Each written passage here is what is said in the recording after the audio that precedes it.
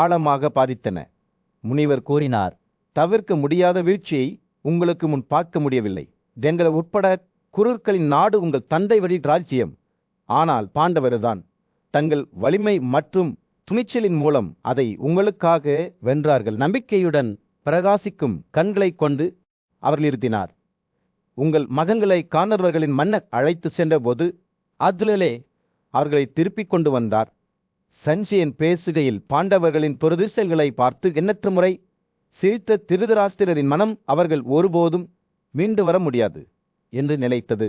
ஆனால் இப்போது போர் தனக்கு முன்னால் நெருங்கி வந்தபோது சஞ்சயனின் வார்த்தைகளில் உண்மையை கண்டார். அர்ஜுனன் கணக்கிடப்பட வேண்டிய ஒரு சக்தியாக இருந்தார். அவரது காண்டீவனும் சுதர்சனனும் தங்கள் சக்தியில் ஒப்பிட முடியாதவர்களாக இருந்தனர். அர்ஜுனனின் அம்புகளை தொடுவதால் பெருங்கடல்கள் வறண்டு போகின்றன என்று சஞ்சயன் அறிவித்தார். பாகுனா அனைத்து துப்பாக்கி சுடுபவர்களில் மிக பெரியவர், காண்கிற அனைத்து வில்லுகளிலும் மிக பெரியவர், கேசவர் அனைத்து உயிரினங்களிலும் மிக பெரியவர், சுதர்சனா அனைத்து ஆயுதங்களிலும் மிக பெரியவர். அவர் மீண்டும் ஒரு முறை நிறுத்தினார். அவரது குரல் முன்கூட்டிய உணர்வால் நிரம்பியது. குரல்கு பதாகையை ஏந்திய வரையப்பட்டது. போர் ஏற்பாடுகளுக்கு இடையே துரியோதனன் தனது தங்கையான திருதராஷ்டிர மன்னன் முன் நின்று பாண்டவர்களுக்கு எதிரான வரவிருக்கும் போர் குறித்த தனது கவலைகளை தீர்க்க முயன்றான். மன்னரே, பயப்பட வேண்டாம் என்று கூறினான். எங்களை பற்றி நீங்களும் வருத்தப்பட வேண்டாம். போரில் எதிரியை முறியடிக்க எங்களால் முடியும். பாண்டவர்கள் எப்படி காடுகளுக்கு நாடு கடத்தப்பட்டார்கள் என்பதை துரியோதனன் நினைவு கூர்ந்தார். இப்போது கிருஷ்ணர் தலைமையிலான ஒரு வலிமையான இராணுவத்தை எதிர்கொண்டார். ஏராளமான பிற மன்னர்கள் தங்கள் வெளியில் இருந்தன. துரியோதனன் பேசுகையில் தனது தரப்பு வெற்றி பெறும் என்ற நம்பிக்கையில் அவர் தோன்றினார். அவர் தனது சொந்த வலிமையை பற்றி விரிலிதம் கொண்டார். கதையை எதிர்கொள்வதில் எனக்கு பூமியில் சமமானவர் இல்லை. நான் என் போதகரின் வசிப்பிடத்தில் வாழ்ந்தேன். அங்கு எனது அறிவையும் பயிற்சிகளையும் முடித்தேன். இதற்காகவே பீமனையோ மற்றவர்களையோ பற்றி எனக்கு எந்த பயமும் இல்லை. துரியோதனன் தனது போதகர்களால் தோற்கடிக்க முடியாதவராக இருக்க பயிற்சி பெற்றதாகவும் வாசவராலும் கூட தனது பரந்த படையை வெல்ல முடியவில்லை என்றும் கூறினார். தனது கூட்டாளிகளின் பெயர்களை அவர் பட்டியலிட்ட போது துரியோதனின் வார்த்தைகள் நம்பிக்கையுடன் வழிந்தன. ஒவ்வொருவரும் தனது சொந்த உரிமையில் ஒரு வலிமையான போர் வீரர் பீஷ்மர் எங்களுடன் ஒன்றிணைந்து போரில் எதிரே வெல்லும் திறன் கொண்டவர் என்று அவர் கூறினார். எனவே ஓ பாரத இனத்தின் காளியங்கள் அச்சல அனைத்தும் நீங்கும். அர்ஜுனன் தனது கதையில் விழுவார் என்றும் சமமான அல்லது உயர்ந்த சக்தியை கொண்ட ஏராளமான கார்போர் வீரர்கள் அவரை விரைவாக வீழ்த்துவார்கள் என்றும் அவர் கூறினார். துரியோதனன் பேசுகையில் அவர் தன்னை வெல்ல முடியாதவர் என்று நம்பினார் என்பது தெளிவாக தெரிந்தது. அவரது வார்த்தைகள் மேன்மை உணர்வை கொண்டிருந்தன. போரின் முடிவு ஏற்கனவே அவருக்கு சாதகமாக இருப்பதை அவர் அறிந்திருந்தார் என்பது போல. எனவே விரிகோதரால் ஏற்பட்ட உங்கள் அச்சங்கள் நீங்கும் என்று அவர் கூறினார். ஏனென்றால் நான் அவரை கடுமையான மோதலில் கொன்றுவிடுவேன். துரியோதனின் நம்பிக்கைக்கு எல்லையே இல்லை என்று தோன்றியது. மேலும் அவர் தான் பூமியில் மிக பெரிய போர்வீரர் என்று நம்பினார் என்பது தெளிவாக தெரிந்தது. இருப்பினும் அவரது பெருமைகள் இருந்த போதிலும் துரியோதனின் வார்த்தைகள் விரக்தியின் குறிப்பை கொண்டிருந்தன. போர் எளிதானது அல்ல என்பதையும் அவரது தரப்பு வலிமையான எதிரிகளை எதிர்கொண்டது என்பதையும் அவர் அறிந்திருந்தார். ஆனால் இப்போதைக்கு குறைந்தபட்சம் அவர் முன்னேறுவதில் உறுதியாக இருந்தார். தனது சொந்த வலிமை அந்த நாளை தொடரும் என்று நம்பினார். அவர் பேசுவதை முடித்தவுடன் துரியோதனனின் தலைவிதி அவரது தந்தை மன்னர் திருதராஷ்டிரரின் தலைவிதியுடன் பிரிக்க முடியாத வகையில் இணைக்கப்பட்டுள்ளது என்பது தெளிவாக தெரிந்தது. மேலும் அவர்களின் எதிர்காலம் ஆபத்தான முறையில் சமநிலையில் தொங்கிக் கொண்டிருந்தது. போர் ஆயத்தங்களின் மத்தியில் ஒரு சக்தி வாய்ந்த மன்னரான துரியோதனன் தனது தேரோட்டியான சஞ்சயனின் ஆலோசனையை நாடினார். குந்தியின் மகன் யுதிஷ்டிரன் போரை கருத்தில் கொண்டு என்ன செய்கிறான் என்று சந்தேகத்துடன் குரலில் கேட்டார் சஞ்சயன். தனக்கு முன்னால் நடந்த சம்பவங்களை நினைவு கூறத் தொடங்கிய போது அவனுடைய கண்கள் பிரகாசித்தன. யுதிஷ்டிரனே ராஜாவே நம்பிக்கையாலும் மகிழ்ச்சியாலும் நிரம்பியிருக்கிறான் என்று அவர் கூறினார். அவருடைய வார்த்தைகள் போற்றுதலால் சொட்டுகின்றன. அவருக்கு பக்கத்தில் நிற்கும் கட்டை சகோதரர்களான பீம்சேனனும் அர்ஜுனனும் அப்படித்தான். அவர்கள் முகங்கள் ஒளியின் விளக்குகளைப் போல பிரகாசிக்கின்றன. அச்சமின்மையின் பிரகாசத்தை வெளிப்படுத்துகின்ற சென்சியன் பேசுகையில் அவர்களுக்கு ஒரு பார்வை தோன்றியது.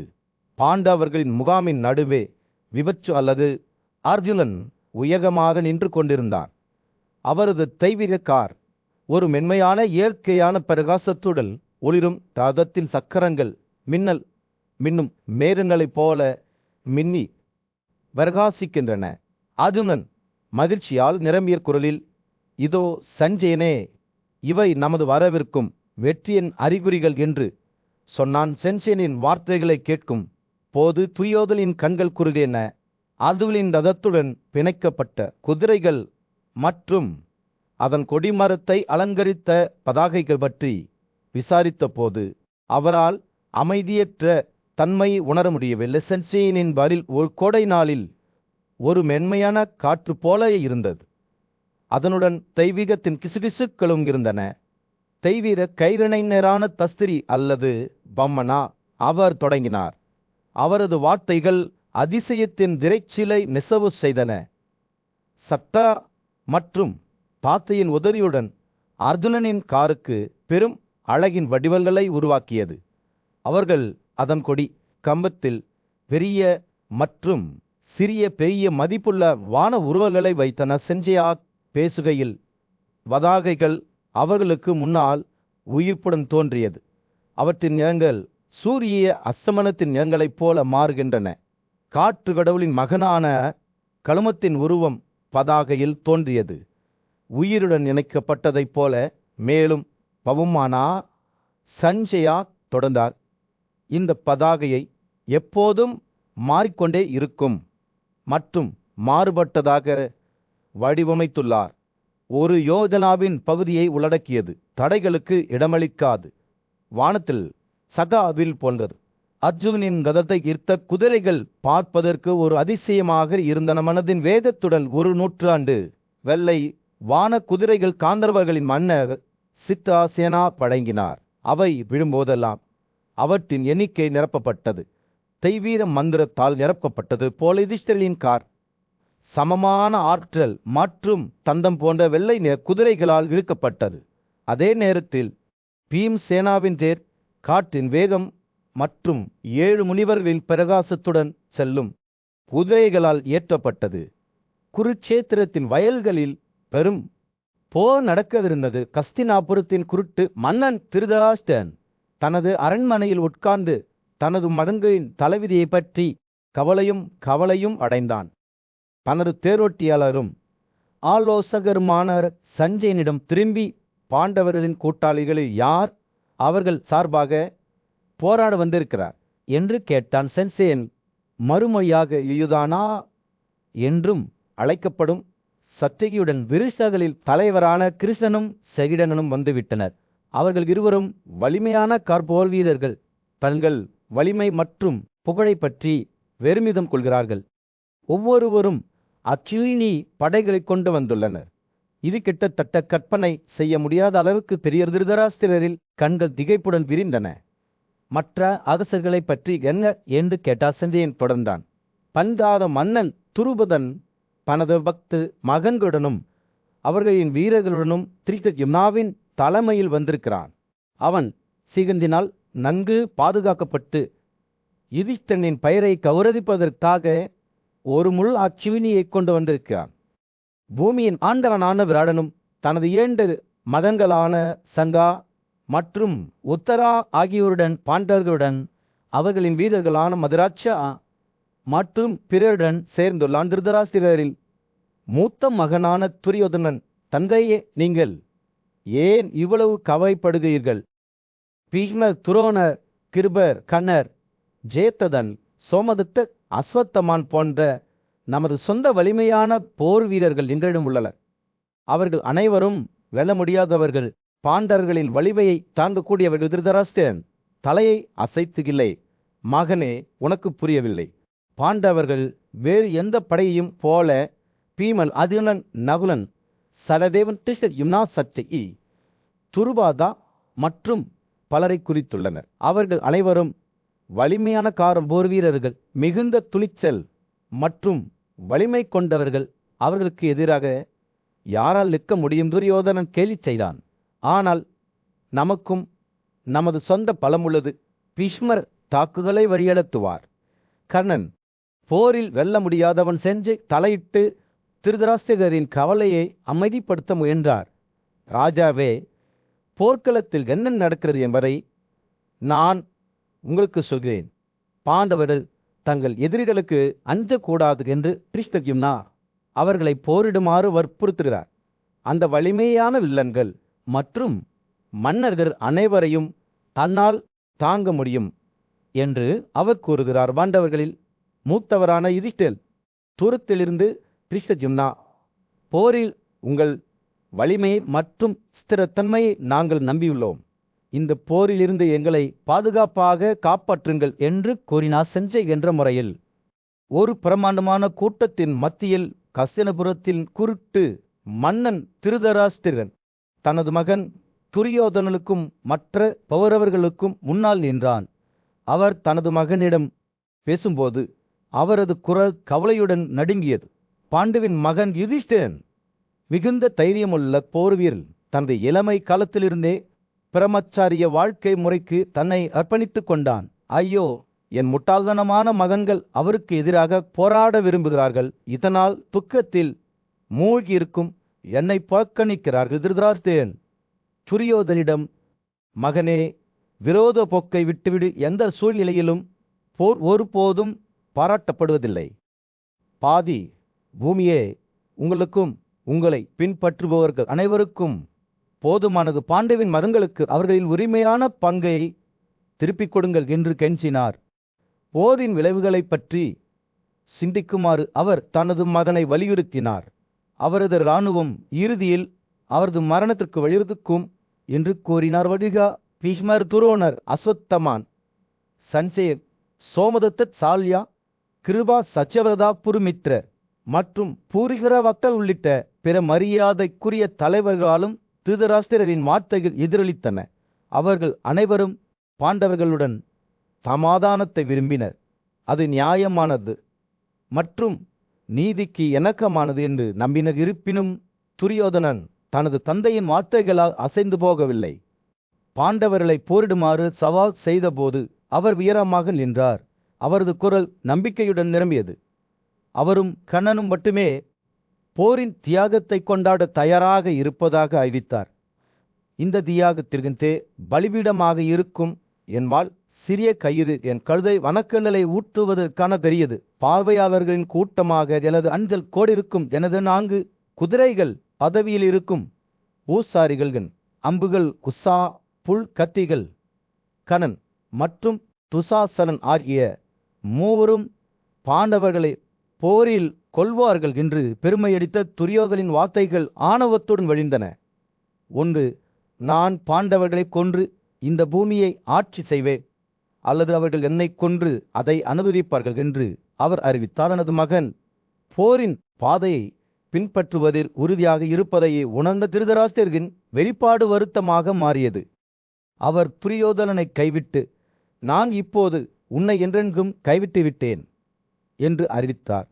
துரியோதனரை பின்பற்றி போருக்கு செல்லும் மன்னர்களுக்காக மன்னர் பொருத்தப்பட்டார். அவர்கள் பாண்டுவின் வலிமையான மகன்களுக்கு இணையாக இருக்க மாட்டார்கள் என்பதை அறிந்திருந்தார். திருதராஷ்டிரர் பேசுகையில் அவரது வார்த்தைகள் கௌரவர்களுக்காக காத்திருந்த வரவிருக்கும் அழிவை பற்றிய ஒரு தெளிவான படத்தை வரைந்தன. பாண்டவின் மகன்களான அதிலனும் பீமனும் தங்கள் படையை எவ்வாறு வெற்றிக்கு வழிநடத்துவார்கள் என்பதை அவர் விவரித்தார். பயிரிடப்பட்ட வயலில் விதைகளைப் போல தங்கள் அம்புகளை சிதறடித்தார். பெரிய யானைகளைப் போல நீங்கள் காண்பீர்கள். ஹஸ்தினாபுர ராஜ்யத்தின் மீது சூரியன் அஸ்தமிக்க தொடங்கியிருந்தது. பரபரப்பான தெருக்களில் ஒரு சூடான ஆரஞ்சு நிற ஒளியை செலுத்தியது. மன்னர் திருதராஷ்டிரர் தனது அறைகளில் அமர்ந்திருந்தார். அவரது மகன் துரியோதனனின் தலைவிதி குறித்து கவலையும் அவரது மனதை மூழ்கடித்தது. அவர் தனது புத்திசாலித்தனமான ஆலோசக சஞ்சரிடம் திரும்பி சமீபத்தில் பாண்டவரின் முகாமுக்கு விஜயம் செய்தபோது தான் பார்த்ததை விவரிக்கச் சொன்னார் செஞ்சயன். தனது தொண்டையை சுத்தம் செய்து மாட்சிமை பொருந்திய மன்னரே, நான் பாண்டவர்களின் முகாமுக்கு வந்தபோது கிருஷ்ணரும் அர்ஜுனனும் மிகுந்த மகிழ்ச்சியில் இருந்ததை நான் உங்களுக்கு சொல்ல வேண்டும். அவர்கள் ஒரு தங்க மேடையில் ஒன்றாக அமர்ந்திருந்தனர். மலர்கள் மற்றும் மாலைகளால் அலங்கரிக்கப்பட்டிருந்தனர். அவர்களின் உடல்கள் வேறொரு உலகப் பிரகாசத்தை வெளிப்படுத்தின. மென்மையான கோப்பைகளிலிருந்து ஆசியா மதுவை குடிக்கும்போது அவர்களின் கண்கள் நட்சத்திரங்களைப் போல பிரகாசித்த செல்சியா பேசுகையில் கிருஷ்ணரின் கால்கள் அர்ஜுனனின் மடியில் ஓய்வெடுக்கும் காட்சியை விவரமாக விவரித்தார். அதே நேரத்தில் அர்ஜுனனின் கால்கள் கிருஷ்ணர் மற்றும் சத்தியபாமாவின் மடியில் ஓய்வெடுக்கின்றன. நான் கடவுள்களின் சாம்ராஜ்யத்திற்குள் நுழைந்ததைப் போல இருந்தது என்று சஞ்சயா கூறினார். அவரது குரலில் பிரமிப்பு நிறைந்திருந்தது. ஆனால் அவர் தொடர்ந்து பேசிக்கொண்டிருக்கையில் சஞ்சயனின் தொனி மாறியது. மேலும் அவரது வார்த்தைகளில் ஒரு முன்கூட்டிய உணர்வு ஏற்பட்டது. ஐயா, நான் உட்கார ஒரு தங்க கால்கடியை பார்த்தபோது கிருஷ்ணரின் கால்கள் மங்களகரமான அடையாளங்களால் அலங்கரிக்கப்பட்டிருப்பதை நான் கவனித்தேன். 2 நீளமான கோடுகள் புதிகால் முதல் கால் வரை ஓடுகின்றன. சலா மரங்களின் கிரந்துகளைப் போல அவர்கள் இந்திரனும் விஷ்ணுவும் தங்கள் அனைத்து மகிமையிலும் ஒன்றாக அமர்ந்திருப்பது போல் இருந்தது. பாண்டவர்களுடனான தனது சந்திப்பை சஞ்சயா நினைவு கூர்ந்தபோது திருதராஷ்டிரரின் கண்கள் அச்சத்தால் விரிந்தன. கிருஷ்ணர் எளிமையான மற்றும் இதயத்தை துளைக்கும் வார்த்தைகளை பேசும்போது அவர் கவனமாக கேட்டார்.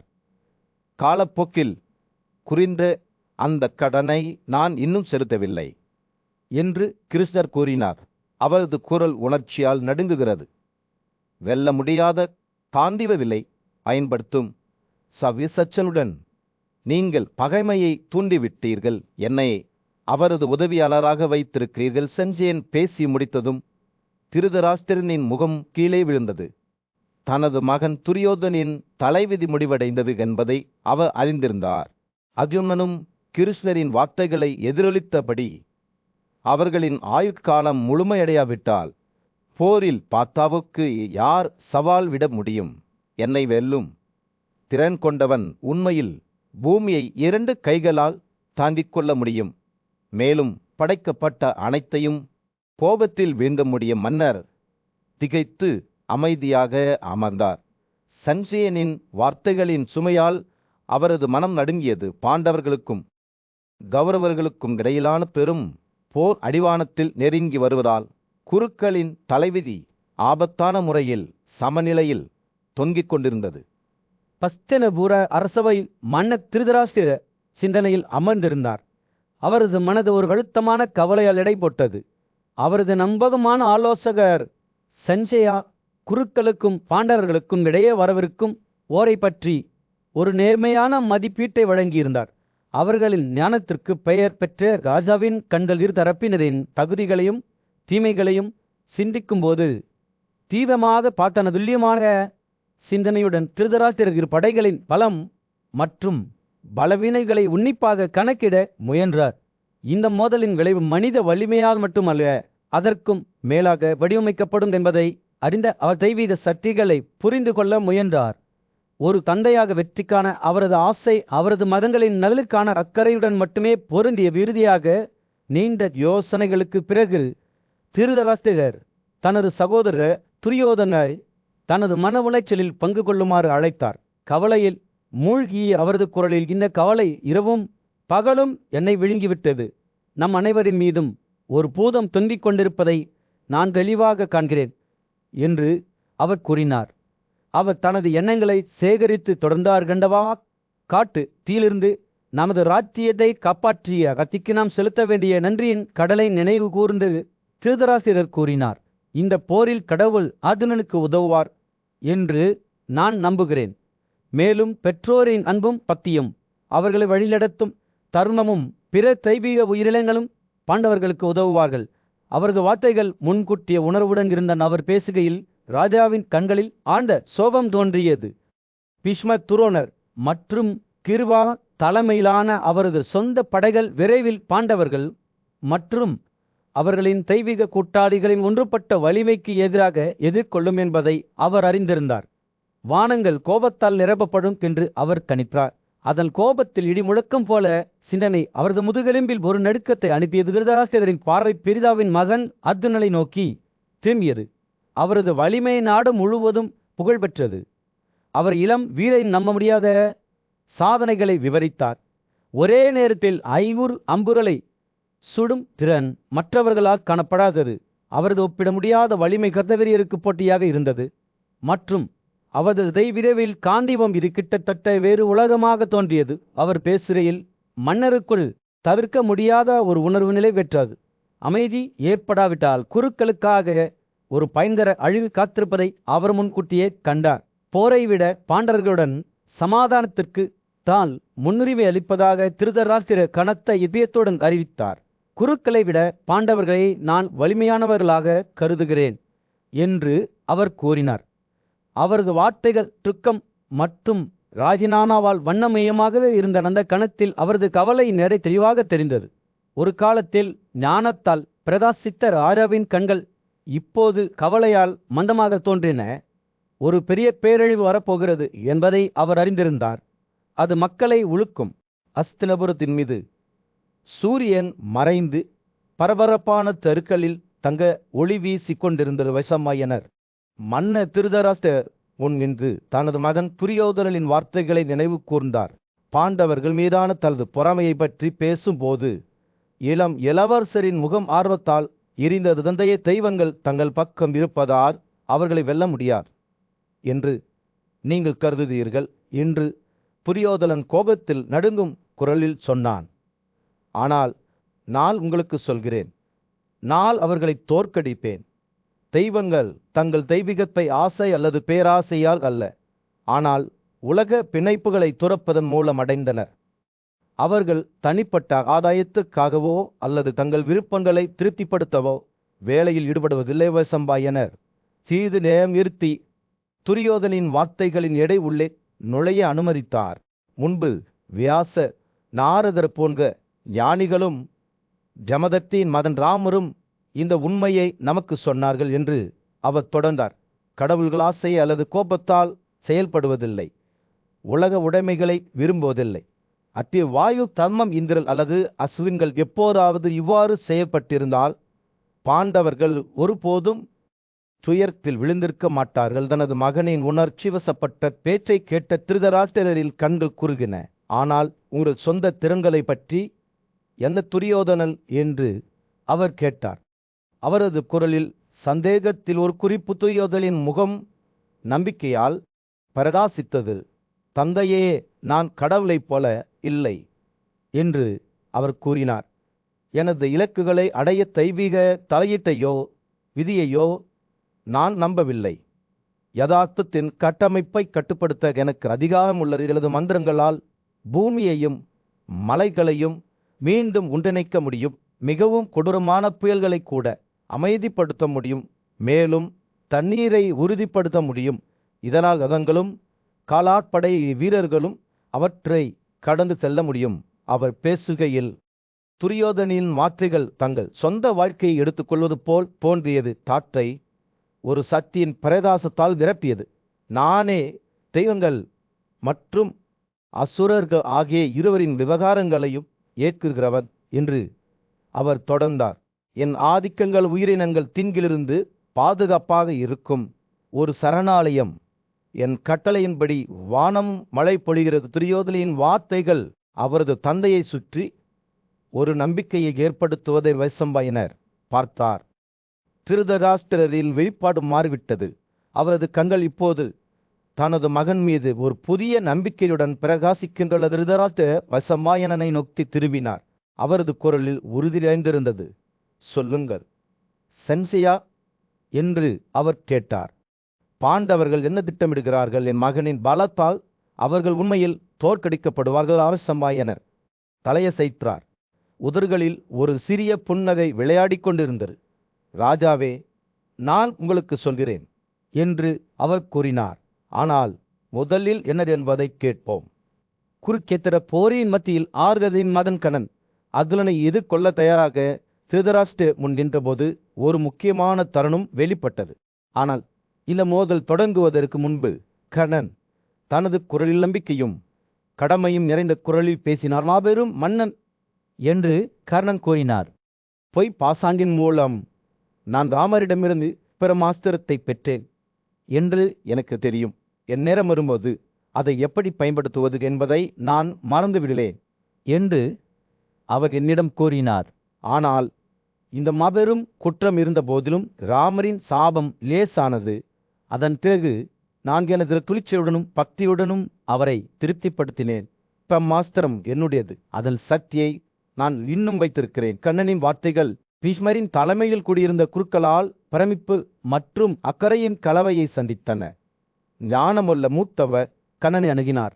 அவரது கண்கள் ஆய்வில் குருகென நீங்கள் என்ன சொல்கிறீர்கள் கர்ணனே என்று பீஷ்மர் கேட்டார்.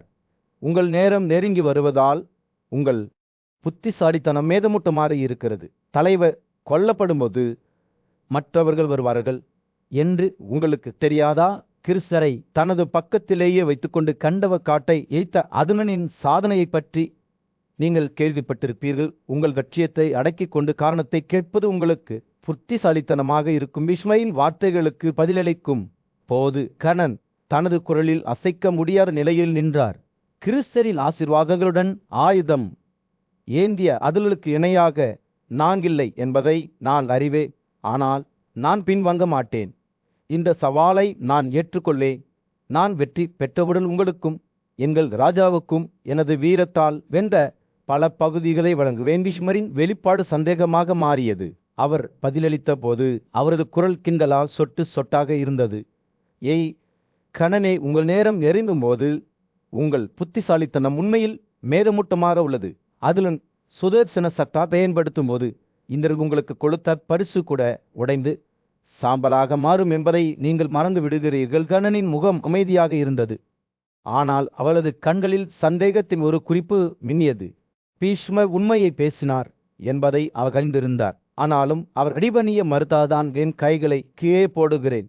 ஆனால் இந்த போர் முடிந்த பிறகு நான் மீண்டும் அரசவைக்கு வந்து என்னை நிரூபிப்பேன் என்று உறுதியளிக்கிறேன். பூமியின் ஆட்சியாளர்கள் என் வலிமையை பார்ப்பார்கள். நீங்கள் பேரென்னே அதை நேரடியாக காண்பீர்கள் என்று கணன் அறிவித்தார். இந்த வார்த்தைகளுடன் கர்ணன் தனது தோழர்களிடையே ஒரு பதற்றமான பாதையை விட்டு சென்று அரசவையை விட்டு வெளியேறினார். பீஷ்மர் துரியோதனனை நோக்கி திரும்பினார். அவரது முகத்தில் ஒரு புன்னகை பரவியதை சுதாவின் மகன் தனது வார்த்தையில் எவ்வளவு உண்மை என்று அவர் சிரித்தார். அவர் ஆயிரக்கணக்கான மற்றும் பல்லாயிரக்கணக்கானவர்களை கொல்வதாக உறுதியளித்துள்ளார். ஆனால் அவரால் அந்த வாக்குறுதியை நிறைவேற்ற முடியுமா? விரைவில் பார்ப்போம். பீஷ்மர் பேசுகையில், துரியோதனே, சூரியன் ராஜ்யத்தின் மீது அஸ்தமித்து துரியோதனரின் முன் கூடியிருந்த கூட்டத்தின் மீது தங்க ஒளி வீசிக் கொண்டிருந்தது. இளவரசனின் வார்த்தைகள் அவர் தனது பேரன் திருதராஷ்டிரரிடம் உரையாற்றும் போது நம்பிக்கையுடன் சொட்டி கொண்டன. பிரிதாவின் மகன்கள் நம்மிடமிருந்து வேறுபட்டவர்கள் அல்ல என்று துரியோதனன் அறிவித்தார். அவர்கள் எங்களைப் போலவே மரண மாம்சத்தால் பிறந்தவர்கள். அவர்கள் வெற்றி பெறுவார்கள் என்று நீங்கள் நினைப்பது என்ன? வலிமை, திறமை மற்றும் வேத அறிவில் நாங்கள் சமூகங்கள் போர்வீரர்கள் தெய்வங்களைப் போலவே தங்கள் வில்லுருடன் வேகமாக உள்ளனர். பாண்டவின் இந்த 5 மகன்களுக்கும் நாம் ஏன் பயப்பட வேண்டும்? துரியோதனின் வார்த்தைகள் மேன்மை உணர்வுடன் இருந்தன. ஒவ்வொரு குற்றிலும் அவரது குரல் எழுந்தது.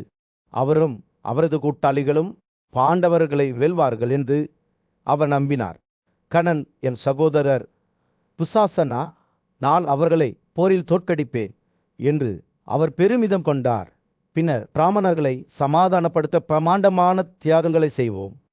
அவர்களுக்கு கால்நடைகள், குதிரைகள் மற்றும் செல்வத்தை பரிசாக வழங்குவோம். விதுரா எப்போதும் போல புத்திசாலியாகவும் மென்மையாகவும் துரியோதனின் அறிவிப்புகளை கவனமாக கேட்டார். இளவரசலின் உள் கொந்தளிப்பை பார்ப்பது போல் அவரது கண்கள் ஆழமான புரிதலை கொண்டிருந்தன. விதுரா தொடங்கினார். சுய கட்டுப்பாடு வெற்றிக்கு திறவுகோல் அவரது குரல் அமைதியாகவும் அளவிடப்பட்டதாகவும் இருந்தது. ஒரு பிராமணருக்கு இது ஒரு நல்லொழுக்கம் மட்டுமல்ல, ஒரு கடமையாகும். சுய கட்டுப்பாட்டை பின்பற்றுவதன் மூலம் ஒருவர் தர்மம், துறவி, அறிவு மற்றும் வேதங்களை படிப்பதை வளர்க்க முடியும். விதுரரின் வார்த்தைகள் ஞானத்தின் உருவத்தை நெய்யும் சிறந்த வாழ்க்கையில் ஒரு உருவத்தை சித்தரிக்கின்றன. சுய கட்டுப்பாடு ஆற்றலை மேம்படுத்துகிறது மற்றும் மிகவும் புனிதமான ஒரு பண்பு என்று அவர் கூறினார். இது பாவத்திலிருந்து நம்மை விடுவிக்கிறது மற்றும் நமது உயிர் சக்தியை அதிகரிக்கிறது. சுய கட்டுப்பாட்டை தழுவுவதன் மூலம் ஒருவர் பிரம்மாவை அடைய முடியும். புனித சபதத்தை பற்றி பேசும்போது அவரது குரல் மரியாதையின் குறிப்பை எடுத்து பேசும்போது அவரை சுற்றி கூடியிருந்தவர்களின் மனதில் அவரது வார்த்தைகள் வேரூன்றியதாக தோன்றியது.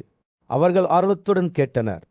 அவர்களின் முகங்கள் ஆர்வமும் பிரமிப்பும் கலந்த கலவையை பிரதிபலித்தன. ஏனெனில் அந்த தருணத்தில் அவர்கள் சுய கட்டுப்பாடு என்ற உண்மையை கண்டனர். அது ஒரு நல்லொழுக்கம் மட்டுமல்ல, அறிவொளிக்கான பாதை. தொடர்ந்தார். அவரது குரல் ஒரு நதியைப் போல பாய்கிறது. தன்னடக்கத்தை கடைபிடிக்கும் ஒரு நபர் மன்னிப்பு, மன உறுதி மற்றும் காயத்திலிருந்து விலகல் ஆகியவற்றால் குறிக்கப்படுகிறார். அவை எல்லாவற்றையும் சமமாக கருதுகிறார், உண்மையை பேசுகிறார். மேலும் அவரது வழிகளில் எளிமையானவ, அவரது புலன்கள் கட்டுப்பாட்டில் உள்ளன. மேலும் அவர் பொறுமையாகவும் மென்மையாகவும் அடக்கமாகவும் இருக்கிறார். இளவரசலின் வார்த்தைகள் பின்னணியில் மாய்ந்து போனபோது விதுரரில் செய்திமய கட்டத்தை எடுத்தது. இது சுய கட்டுப்பாட்டுடன் வாழவும் அமைதியையும் திருப்தியையும் தரும் நல்லொழுக்கங்களை வளர்க்கவும் ஒரு அழைப்பாக இருந்தது. சுய கட்டுப்பாடு கடைபிடிப்பவர் ஆணவம், பெருமை, கோபம், தூக்கம், பெருமை மற்றும் தூக்கத்தை தூக்கி எறிகிறார் என்று விதுர அறிவித்தார். கூட்டம் கலைந்து சென்றபோது விதுராவில் வார்த்தைகள் அதில் தொங்கிக் கொண்டிருந்தன. ஒரு தொலைதூர நிலத்தில் பறவைகளை பிடிக்க ஒரு பறவை தனது வலையை தரையில் வைத்தது. அவரை ஆச்சரியத்தில் ஆழ்த்தியது என்னவென்றால், ஒன்றாக வாழ்ந்த 2 பறவைகள் ஒரே வலையில் சிக்கிக் கொண்டன. அவை தங்களை தாங்களே விடுவித்துக் கொள்ள முயன்றபோது பறவைகள் வானத்தை நோக்கி சென்றன. அவை பூமிக்கு மேலே உயரமாக பறந்தன. அவை தப்பித்ததால் தடையின்றி பறவை தனது இரையை மீண்டும் கைப்பற்ற வேண்டும் என்ற நம்பிக்கையில் இடைவிடாமல் அவற்றை பின்தொடர்ந்தது. அவர் பறவைகளை பின்தொடர்ந்தபோது அருகிலுள்ள ஒரு ஆசிரமத்தில் வசிக்கும் ஒரு புத்திசாலி துறவி ஆர்வத்துடன் பார்த்தார். அவரது காலை பிரார்த்தனையை முடித்த பிறகு துறவி பறவையின் உறுதியைக் கண்டு வாழ்க்கையின் நிலையற்ற தன்மையை நினைவுபடுத்தினார். அவர் பறவை அணுகி மென்மையான தொனியில் அவரிடம் பேசினார். ஓ பறவையே, பூமியில் நடக்கும் நீ காற்றில் வசிக்கும் உயிரினங்களை பின்தொடர்வது விசித்திரமானது. ஆனால் நான் உன்னை ஆசையால் இயக்கப்படுவதைக் கண்டேன். பறவைகள் மீது கண்களை வைத்துக் கொண்டிருந்த அந்த பறவை, இந்த இருவரும் என் கன்னியை தங்களுடன் எடுத்துச் சென்று விட்டனர். ஆனால் அவர்கள் சண்டையிடும் போது அவர்கள் என் வலையில் விழுவார்கள் என்று பதிலளித்தது. துறவி அந்த பறவையின் வார்த்தைகளை கேட்டு சிந்தனையுடன் தலையசைத்தார். எழுதுரா கதையை தொடர்ந்தார். அந்த பறவைகள் தங்கள் சொந்த முட்டாள்தனத்துக்கு இரையாகி விட்டதைப் போலவே செல்வத்தை பற்றி சண்டையிடும் உறவினர்களும் கூட வலையில் சிக்கிய பறவைகளைப் போலவே அவர்கள் தங்கள் இரைகளுக்கு எளிதான இயக்குகளாக மாறுகிறார்கள். அவர் நிறுத்தி கடந்த காலத்தின் படிப்பினைகளை பற்றி சிந்தித்தார். அவர் பேசுகையில் விதுரரின் எண்ணங்கள் காந்தமதனா என்ற மலையை நோக்கி திரும்பின. அங்கு ஒரு வேட்டைக்காரர்களும் பிராமணர்களும் ஒரு காலத்தில் ஒன்றாக பயணம் செய்தனர். அந்த மலை மாய மனிதர்களுக்கு ஒரு புகலிடமாக இருந்தது. அதன் சரிவுகள் சூரிய ஒளியில் மரகதங்களைப் போல பிரகாசிக்கும் மரலல் மற்றும் மருத்துவ மூலிகைகளால் அலங்கரிக்கப்பட்டன. மலையின் அடிவாரத்தில் உள்ள ஒரு குகையில் தங்கத்தில் ஜாடி அமர்ந்திருந்தது. பாம்புகளால் பாதுகாக்கப்பட்டது. அதன் விஷம் மனிதர்களுக்கு ஆபத்தானது. வேட்டைக்காரர்கள் அவர்த்தை அறியாமல் தங்களுக்கு தாங்களே தேனை விரும்பினர். ஆனால் அவர்களின் பேயாசை அவர்களின் வீழ்ச்சியை நிரூபித்தது. அவர்கள் தவிர்க்க முயன்ற விஷத்தால் அவர்கள் நுகரப்பட்டனர். விதுரர் இந்த கதைக்கும் துரியோதனனின் செயல்களுக்கும் இடையிலான ஒற்றுமைகளை கண்டார். அவர் வரவிருக்கும் ஆபத்துக்களை உணராமல் முழு பூமியையும் ஆசைப்பட்டார். உங்கள் மகன் அதுலனை சந்திக்க விரும்புகிறான் என்று விதுரா திருதராஷ்டிரரிடம் கூறினார். ஆனால் மாபெரும் போர் வீரனை வெல்லும் வலிமையையோ நான் அவனிடம் காணவில்லை. அத்துலன் தனியாளாக உலரை வென்றுள்ளான். நம் காலத்தின் மாபெரும் போர் வீரர்களை கூட வென்றுள்ளான். வித்துராவின் வார்த்தைகள் ஒரு எச்சரிக்கை கதையாக இருந்தன. இது அவரது மகளின் செயல்கள் தொலைநோக்கு விளைவுகளை ஏற்படுத்தும் என்பதை நினைவூட்டுகிறது. அவர் பேசி முடித்ததும் வித்துர ஒரு இறுதி எச்சரிக்கையை விடுத்தார். ஓ திருதராஷ்டிரா, யுதிஷ்டிரரை உங்கள் மடியில் ஏற்றுக்கொண்டு அவரது வார்த்தைகளை சிந்தித்து பாருங்கள். இறுதியில் ஆயுதங்களின் வலிமை அல்ல, ஆனால் கடவுள்களின் விருப்பமே வெற்றி அல்லது தோல்வியை தீர்மானிக்கிறது. இந்த வார்த்தைகளுடன் விதுரரின் கதை முடிவுக்கு வந்தது. தஸ்தலபுரத்தின் பிரம்மாண்டமான அரங்குகளில் பார்வையற்ற மன்னன் திருதராஷ்டிரன் ஆழ்ந்த சிந்தனையுடன் அமர்ந்திருந்தான்.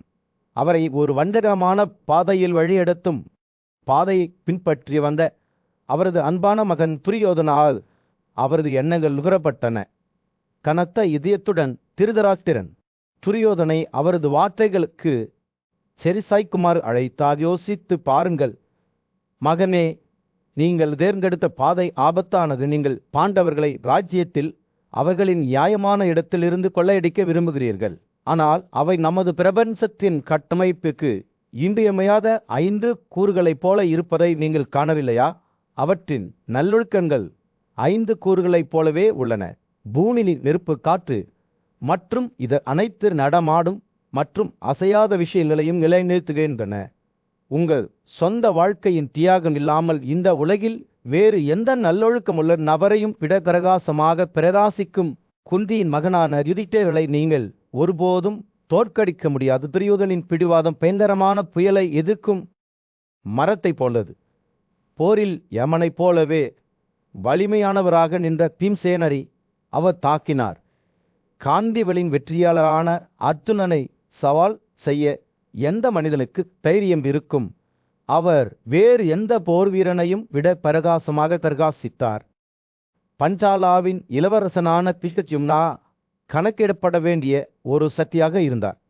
அவரது அம்புகள் வானத்திலிருந்து இடி முழக்கம் போல பறந்தன. அந்தகர்கள் மற்றும் விருஷிகளில் மரியாதைக்குரிய போர்வீரான சத்தியகி பாண்டவர்களுக்கு தனது விசுவாசத்தில் உறுதியாக நின்றார். ஆனால் இந்த போர் வீரர்கள் மட்டுமே துரியோதனின் பணியை முறியடிக்க முடியாததாக ஆக்கியது.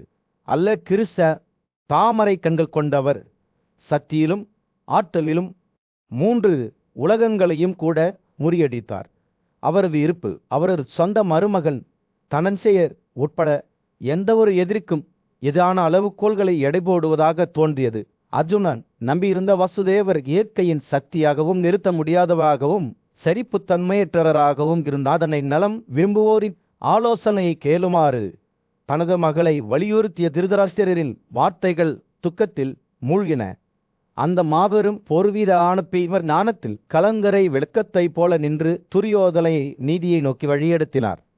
மேலும் துரோணர், கிருபா விட்டர்னா மற்றும் மன்னர் மாதிகா பற்றி என்ன திருதராஷ்டிரரைப் போலவே அவர்களும் குருக்களுக்கு விசுவாசமாக இருந்தனர். ஆனால் பாண்டவர்களின் வீரத்தை பற்றி பேசுவது வெறும் வார்த்தைகள் மட்டுமல்ல. விராடரில் நடந்த போரின் நினைவுகள் இன்னும் நீடித்திருந்தன. அங்கு துரியோதனனின் சொந்த படைகள் அவரது கண்களுக்கு முன்னால் தோற்கடிக்கப்பட்டன.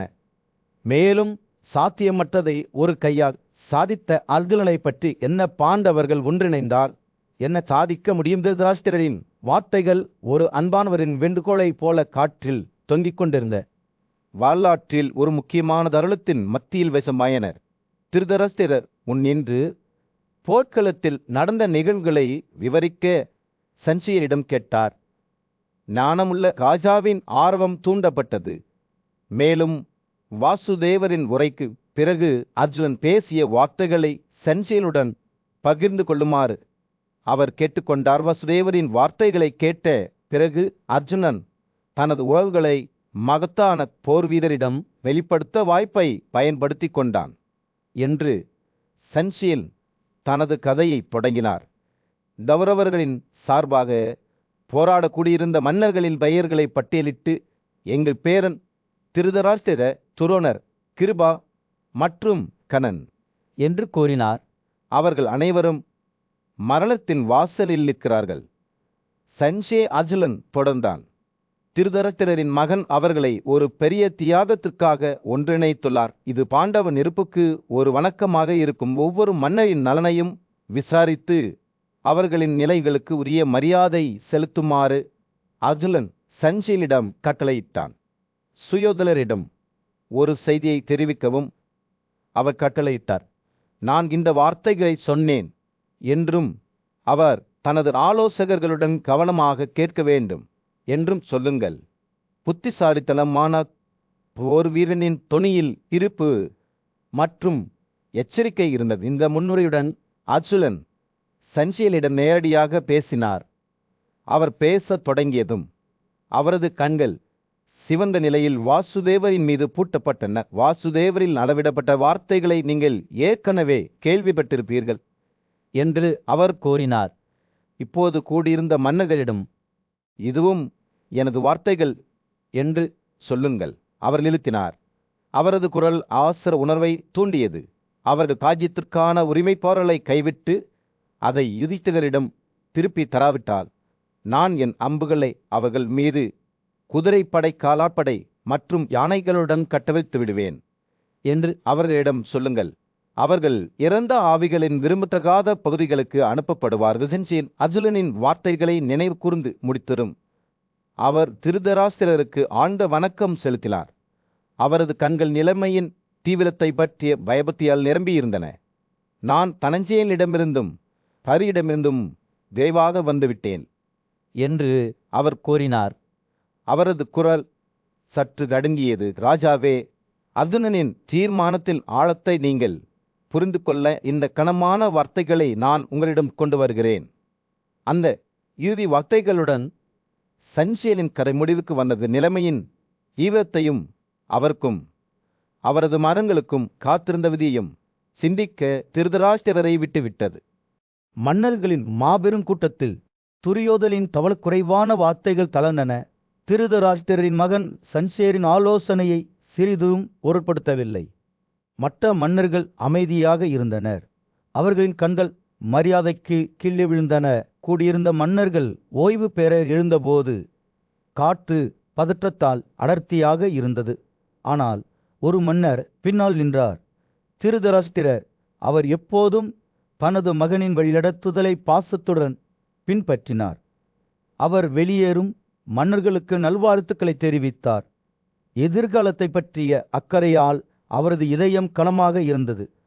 பரசியமாக அவர் சஞ்சயரிடம் திரும்பி அவர்களின் சொந்த கட்சி மற்றும் அவர்கள் சத்தியம் செய்த எதிரிகளான பாண்டவர்களின் உள் செயல்பாடுகளை வெளிப்படுத்துமாறு கேட்டுக்கொண்டார். அவல்கானலின் மகனான சஞ்சய முனிவர் திருதராஷ்டிரரை புத்திசாலித்தனமாக பார்த்தார். அவருடைய வார்த்தைகளின் இடையையும் அந்தரங்கத்தில் உண்மையை பேசுவதன் சாத்தியமான விளைவுகளையும் அவர் புரிந்து கொண்டார். ராஜாவே, நான் உன்னிடம் ரகசியமாக பேச மாட்டேன் என்று அவர் மென்மையாக கூறினார். நான் அவ்வாறு செய்தார். நீ என் மீது தீய உணர்வுகளைக் கொண்டிருக்கலாம். திருதராஷ்டிரரின் முகம் கீழே விழுந்தது. ஆனால் காற்றை சுத்தம் செய்ய ஒரு வழி இருப்பதாக சஞ்சய் அவருக்கு உறுதியளித்தார். உங்கள் தந்தை வியாசனையும் உங்கள் ராணி காந்தாரியையும் இந்த சபைக்குள் கொண்டு வாருங்கள் என்று அவர் பரிந்துரைத்தார். அவர்கள் எனது நோக்கங்களை புரிந்து கொண்டு என்னை பற்றி உங்களுக்கு ஏதேனும் சந்தேகம் இருந்தால் அதை நீக்குவார்கள். திருதராஷ்டிரர் தலையசைத்தார்.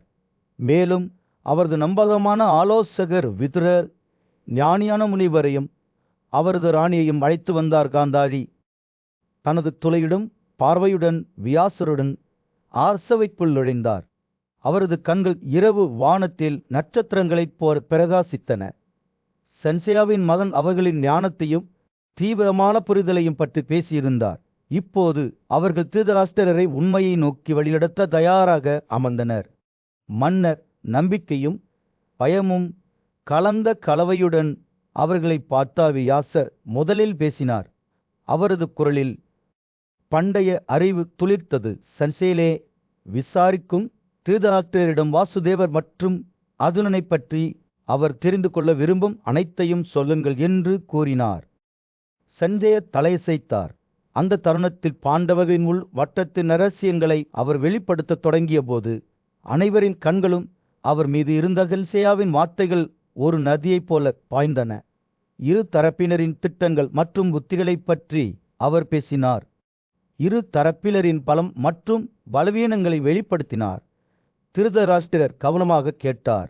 அவரது முகம் அக்கறை மற்றும் ஆர்வத்தின் முகமூடியாக இருந்தது. சஞ்சயா பேசி முடித்ததும் நீதிமன்றம் மீண்டும் ஒரு முறை அமைதியானது. அவரது வார்த்தைகளின் இடைவிதிக்கு ஒரு சவால் போல காற்றில் தொங்கிக் கொண்டிருந்தது. அந்த கணத்தில் வரலாற்றின் போக்கு அவர்களின் கண்களுக்கு முன்பாக மீண்டும் எழுதப்படுவது போல் தோன்றியது. மன்னர்களும் முனிவர்களும் ராணியும் திருதராஷ்டிரரை சுற்றி கூடி ஞானத்தையும் சத்தியத்தையும் நோக்கி அவரை வற்புறுத்தினர். காவல்காரரின் புத்திசாலித்தனமான மகனான சென்சேன் 2 உலகங்களுக்கு இடையே ஒரு பாலமாக தனது வார்த்தைகளை மையமாக கொண்டு நின்றான். போர்க்களத்தின் நடுவே சென்சேயன் திருதராஷ்டிர மன்னன் முன் நின்று கொண்டிருந்தான். குழப்பத்தின் மத்தியில் அவரது குரலில் ஒரு மென்மையான காற்று வீசியது. அர்ஜுனனும் வாசுதேவனும் வானத்தில் பிரகாசிக்கும் 2 சூரியர்களைப் போன்றவர்கள் என்று அவர் தனது வார்த்தைகளை மரியாதையுடன் சொட்டத் தொடங்கினார். அவர்களின் பிணைப்பு பரிபூரண சமத்துவத்தில் உண்டாகும். ஏனென்றால் அவர்கள் மரண சாம்ராஜ்யத்தை மீறியுள்ளனர். அவர்களின் பிறப்புகள் விதியால் நிர்ணயிக்கப்படவில்லை. மாறாக அவர்களின் சொந்த விருப்பத்தால் செய்யப்பட்ட ஒரு வாசுதேவரின் டிஸ்கஸை பற்றி பேசும்போது சென்சியாவின் கண்கள் தற்போதைய தருணத்திற்கு அப்பால் பார்ப்பது போல் தோன்றியது. இந்த சக்தி வாய்ந்த கருவி அதன் பிரகாசமான ஆற்றலுடன் விருப்பப்படி பல்வேறு வடிவங்களை எடுக்க முடியும். மேலும் கௌரவர்களுக்கு கெட்டப்பட்ட கண்ணுக்கு தெரியாதது அதன் சக்தி மொட்டுத்தனமான சக்தியில் இல்லை, ஆனால் மாயையின் நுட்பமான கலையில் உள்ளது. சஞ்சே பேசியது போல் அவரது வார்த்தைகள் காற்றில் சுழலும் ரிசஸின் படங்களை கற்பனை செய்தன. அதன் பின்னணியில் ஆச்சரியத்தின் பாதையை விட்டு சென்ற ராஜாவின் ஆர்வம் அதிகரித்தது. மேலும் அவர் பாண்டவர்களை பற்றி மேலும் வெளிப்படுத்துமாறு சென்சேயிடம் கேட்டார். ஓ சென்சேனே, எனக்கு சொல், அவர்களின் பலம் மற்றும் பலவீனங்கள் என்ன என்று திருதராஷ்டிரர் கெஞ்சினார். சென்சேயன் தெரிந்தே புன்னகைத்தார். அவரது குரல் பிரமிப்பு தொனியை எடுத்தது. முழு பிரபஞ்சமும் ஜனார்த்தனாவுக்கு எதிராக எடை போடப்பட்டால் ஜனார்த்தனனும் கனமாக இருப்பதை காணலாம். அவரது சக்தி வெறும் சிந்தனையால் பிரபஞ்சத்தை சாம்பலாக குறைக்க முடியும், ஆனாலும் பிரபஞ்சத்தால் அவரை வெல்ல முடியாது. சென்சேயா பேசுகையில் அவரது வார்த்தைகள் கிறிஸ்தரின் உருவத்தை சுற்றி அதிசயத்தையும் மரியாதையையும் பதிவைத்தன. உண்மை நல்லொழுக்கம் வடக்கம் அல்லது எளிமை எங்கு வாழ்ந்தாலும் கோவிந்தனும் இருக்கிறார். கிறிஸ்தர் எங்கு வாழ்ந்தாலும் வெற்றி பின்பற்றப்பட வேண்டும். சன்ஷேரின் கதையை கேட்கும்போது ராஜாவின் கண்கள் விரிவடைந்தன.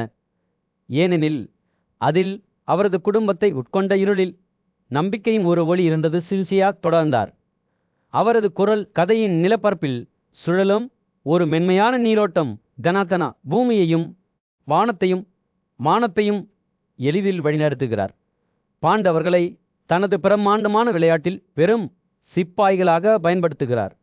அவர் உலகை ஏமாற்றுவதாக தோன்றினாலும் இவை அனைத்தும் அவரது தெய்வீக திட்டத்தின் ஒரு பகுதியாகும்.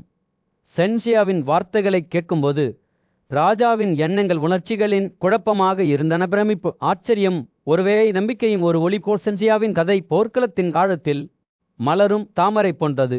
காலம், மரணம் மற்றும் பிரபஞ்சத்தின் இறைவன் கேசவா காணப்படாத வகையில் நகர்கிறார். அவரது சக்தி ஒவ்வொரு மூலக்கூறையும் கடந்து செல்கிறது. மன்னர் ஒரு வான நடனத்தை பார்ப்பது போல் உணர்ந்தார். சென்சியாவை மாஸ்டர் நடன இயக்குனராக கொண்டுவதை சொல்லியின் வார்த்தைகள் முடிவுக்கு வந்தபோது மன்னர் அமைதியாக அமர்ந்தார். அவர் கேட்டவற்றின் தாக்கங்களால் அவரது மனம் நடுங்கியது. தஸ்தினபுரத்தில் சூரியன் அஸ்தமிக்க தொடங்கிய போது ராஜ்யத்தின் மீது ஒரு சூடான ஆரஞ்சு நிற பிரகாசத்தை செலுத்தியது. திருதராஷ்டிரர் என்ற கூட்டு மன்னர் தனது அறைகளில் அமர்ந்திருந்தார். அவரது ஆலோசகர்களின் கிசுகிசுக்களால் சூழப்பட்டார். பாண்டவர்களுடனான வரவிருக்கும் போரினால் அவரது மனம் தொந்தரவு அடைந்தது. அவர் தனது நம்பகமான ஆலோசகரும் நண்பருமான சன்ஷேயிடம் வழிகாட்டுதலை தேடினார். மாதவனை பிரபஞ்சத்தில் உன்னதமான இறைவன் என்று நீங்கள் எப்படி அறிந்தீர்கள் என்று திருதராஷ்டிரர் கேட்டார். அவரது குரல் ஆர்வத்துடன் இருந்தது. நான் ஏன் அவரை இவ்வளவு ஒளியில் பார்க்க முடியவில்லை? சென்சேன் பேசத் தொடங்குவதற்கு முன்பு சிந்தனையில் கண்களை மூடிக்கொண்டான். ஐயா, நீங்கள் அறியாமையால் மூடப்பட்டிருப்பதால் உங்களுக்கு அறிவு இல்லை என்று அவர் மெதுவாக கூறினார். அறிவின் சக்தியால் மட்டுமே ஒருவர் கேசவனை பார்க்க முடியும். மதுவை கொன்றவர் அவர் உண்மையில் என்னவாக இருக்கிறார்? மொத்த நுட்பமான மற்றும் காரணத்தின் ஒன்றிணைப்பு எல்லாவற்றையும் உருவாக்கியவர். ஆனால் தன்னை அதிகரிக்கிற திருதராஷ்டிரனின் புருவம் குழப்பத்தில் மூழ்கியது. சன்சேனே, உனக்கு என்ன நம்பிக்கை? உன்னைப் போல கேசவனை நான் எப்படி பார்க்க முடியும்? சன்சேனின் கண்கள் நம்பிக்கையால் பிரகாசித்தன. நான் உலக ஆசைகளையும் பயனற்ற நல்லொழுக்கங்களை பின்தொடர்வதையும் கைவிட்டு விட்டேன் என்று அவர் கூறினார். வேதங்களை படிப்பதன் மூலம் நான் கலார்த்தனாவை அறிந்தேன். இந்த அறிவே என்னை அறியாமையிலிருந்து விடுவித்த திருதராஷ்டிரரின் எண்ணங்கள் அவரது சொந்த மகனான துரியோதனை நோக்கி திரும்பின. அவர் தனது பிடிவாதமான மறுப்புக்கு பெயர் பெற்றவர். அவர் பேசும்போது பிராதாவின் குரல் ஆசரமடைந்தது. சன்சியா, நீங்கள் ஒரு நம்பகமான நண்பர். நான் உங்களை கேட்டுக்கொள்கிறேன். என் அர்த்தன ரிஷிகேசனின் பாதுகாப்பை பெறுங்கள்.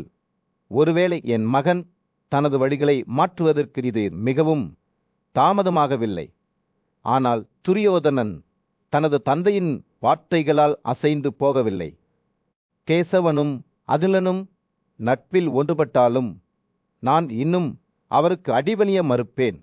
நான் தேவகியின் தெய்வீக மகனுக்கு ஒருபோதும் அடிபணிய மாட்டேன் என்று அவர் திருதராஷ்டிரரின் மனைவியான காந்தாரி கோபத்தால் தனது கண்களை எரித்து கொண்டு அறைக்குள் நுழைந்தாள். உன்னுடைய இந்த பொல்லாத மகன் தனது பெரியவர்களின் ஞானத்தை நிராகரித்து நல்லவற்றை கைவிட்டான் என்று அவள் துக்கத்தில் நடுங்கும் குரலில் சொன்னால். தனது மகளின் பிடிவாதத்தால் தோற்கடிக்கப்பட்ட திருதராஷ்டிரர் வெறுமுச்சு விட்டார். ஆனால் அவருக்கு வழிகாட்ட வந்த ஞானி வியாசர் தலையிட்டார். கேளுங்கள் ராஜாவே என்று மென்மையாக கூறினார்.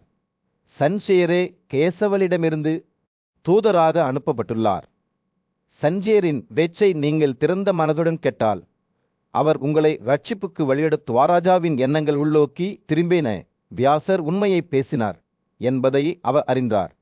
அவர் சஞ்சயாவை புதிய மரியாதையுடன் பார்த்து, சஞ்சே, எனக்கு சொல்லுங்கள் என்று கேட்டார். பஸ்தினாபுர ராஜ்யத்தின் மீது சூரியன் அஸ்தமிக்கத் தொடங்கியிருந்த நிலப்பரப்பின் மீது ஒரு சூடான ஆரஞ்சிந்த ஒளியை செலுத்தியது. திருதராஷ்டிர குருட்டு மன்னர் தனது சிம்மாசனத்தில் அமர்ந்திருந்தார். அவரது கண்கள் சிந்தனையில் மூடப்பட்டன.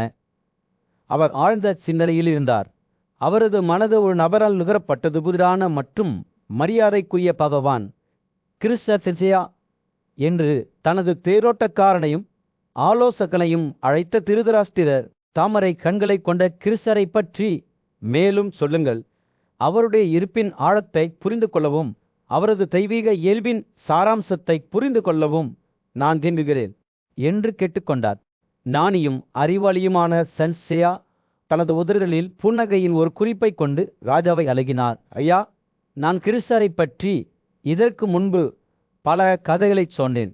ஆனால் நீங்கள் மேலும் தெரிந்து கொள்ள விரும்பினால் அவர் அறியப்பட்ட சில பெயர்களை நான் விவரிக்கிறேன்.